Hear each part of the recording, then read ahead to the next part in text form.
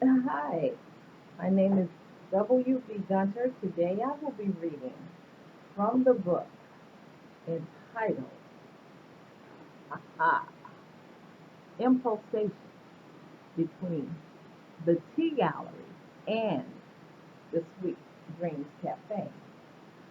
The story I will be reading to you today, this evening comes from the Sweet Dreams Cafe portion of the book. It's entitled Goodnight Elizabeth. Elizabeth never went to sleep to dream. Sleep is where she found life. For as long as she could remember, sleep was sleep, and dreams were alive. It was in her dreams that she could visit places she would one day see. She could view the plotting of mysteries unfold and communicate with strangers who knew she'd listen. You see, Elizabeth lived in two parallel worlds. One was the everyday, the other was the soul detached from the body. Elizabeth resides somewhere between the two of them, both as a traveler, caught between portals of time, yet unable to shape the outcome, control the event, or reverse what is inevitable. She resigns herself to a life of acceptance. Things are the way they are. Messages received are delivered, yet they remain unchanged. There's nothing unusual about Elizabeth. She doesn't appear odd in the least bit. She dresses the way she feels and behaves. Yet there's something oddly different about her, just a little bit. People she meets have this overwhelming urge to confess. They tell her things about themselves, not knowing she already knows. Either they're confessing to try to lie about something so obvious, or hiding. Some actually hide the truth. But Elizabeth listens without saying a word. It's a difficult task for most of us, but she really does it well, especially when facing an opinion in opposition to what she believes. I met Elizabeth many years ago, as a child. I guess you could say we kind of grew up together. Always quiet, she never cared much for socializing.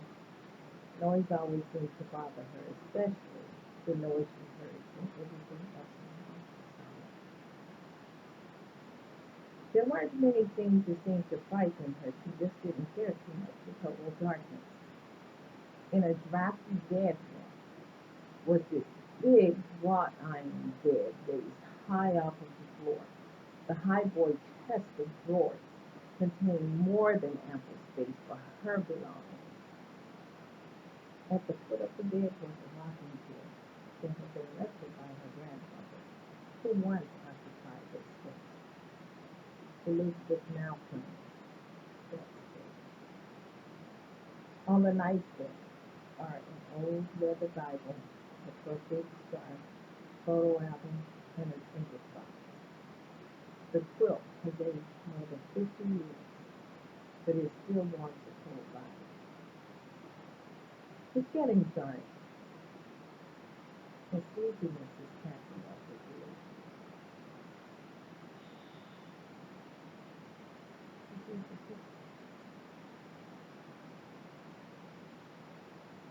Listen for the light. She turns on a switch. The bulb flickers, so before it blows out, she finds a match and lights a candle. The room has this soft, warm glow. It's all fragmented by the light dancing off the medallion in the ceiling. The house is quiet, but outside the wind is blowing harder. Elizabeth finally dozes off to sleep.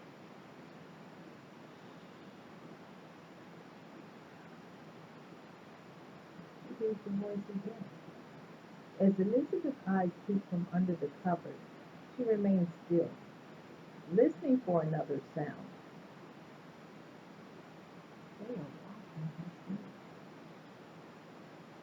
The next morning, Elizabeth awakens, puzzled by the fact that the foot is around her neck. The candle has been extinguished. She thinks maybe she got up in the middle of the night and was too exhausted to remember. Nothing is out of place. Funny, the clock stopped at 1:30. She didn't even bother to reset it. Just went about her daily routine. Well, Elizabeth, her mother called out. Willa, Elizabeth. Willa, Beth, hurry up, it's time to go. Willow Elizabeth is her real name, but only her mother calls her by a combination of the two names, Willabeth. Rushing to finish getting her teeth brushed, Elizabeth runs to get her robe so she can make it to the kitchen for breakfast before it gets cold. She loves nothing more than a hot bowl of oatmeal and apple juice. So Elizabeth gulps down the apple juice before asking for a second glassful. She gobbles the oatmeal, and within a matter of minutes, she grabbed a grilled cheese toast and was off to get dressed. Oh, her hair was still a bit of a mess from the restless night. Picking up her shoes, she gave her mother the hairbrush to touch up her hair. She hates the comb, so her mother brushes her hair. They finally make it to the doctor's office before the crowd starts rushing in without appointment. Elizabeth stops with one look at her eyes, and you know she has not been sleeping. After dinner, she takes the prescribed dosage the doctor recommended, has her warm tea, a couple of bedtime stories, and off to sleep she goes. Shh, the voice said, let her sleep. Elizabeth doesn't seem to be bothered by the voice this time. The light in the hallway is on and the door is slightly open. So she doesn't light a candle or turn on the light. Elizabeth was in a deep, deep sleep. There's a smile on her face.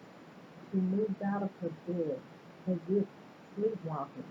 A hand is holding hers as it leads her into the rocking chair by the window. Elizabeth curls up in that chair and it is rocking at the foot of her bed. A foot from her bed is wrapped around her, and she could feel her grandmother stroke behind her head. Her grandmother holds and rocks her, warning the others to be quiet and wait. Finding her daughter in the rocking chair didn't make Elizabeth's mother too happy about the medication. She took her back to the doctor for more testing, with the request to either change the prescription or adjust it. This is the first complaint Dr. Malloy ever received about the drug. So he and his staff contacted the pharmaceutical company for more information in regards to side effects and allergic reactions.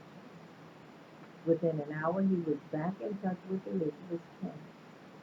Something in her diet must be causing the problem, so he ordered certain foods to be excluded from her diet in order to give her the medication a chance to work effectively. Dr. Malloy informs them that if Elizabeth doesn't begin to get a good night's sleep, they are going to have to return to the hospital for further treatment. Again, Elizabeth's routine was uninterrupted. The nocturnal visits continued, awakened by a strange noise. Elizabeth's mother get up to check her. She was still in her bed, but the lamp in Elizabeth's room has been knocked off of the table. Her mother picks it up, turns it on. Elizabeth wakes up with a frown. Her mother assures her that it was okay and she could go back to sleep. As her mother leaves the room, she notices the doctor still moving. She stops it and shakes off the chill. Whew! It seems too lightly to touch her skin. And she went back to her room. Morning leaves her a little drowsy because it took longer than expected for Elizabeth to get back to sleep. For Elizabeth's mother to get back to sleep. She called for Elizabeth to come and eat a couple of times to get some response.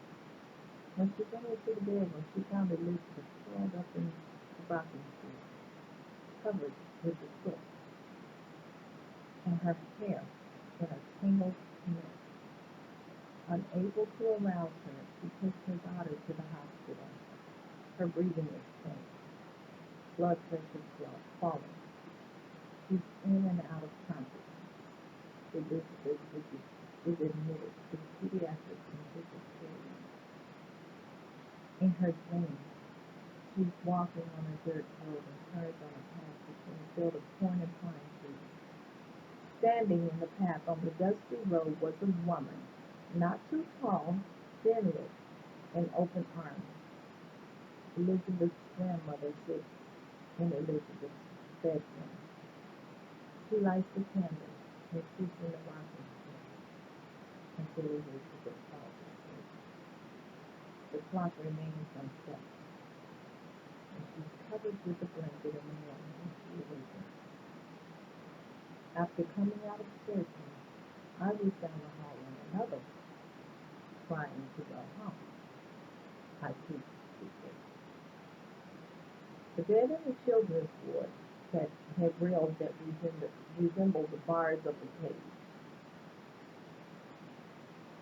Elizabeth walked in. She held my hand and told me,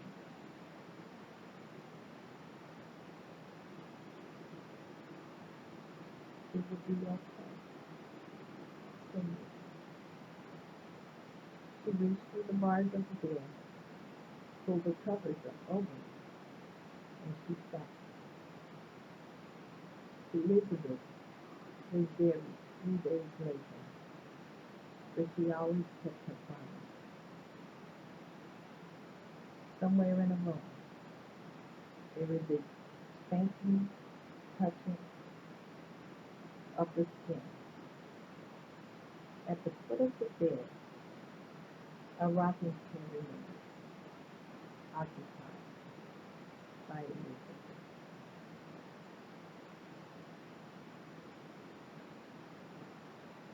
Thank you for listening to the story. And there is a message that I am to give. The message says, you don't stop on this way where you're going to stop. But that's another story. Good night.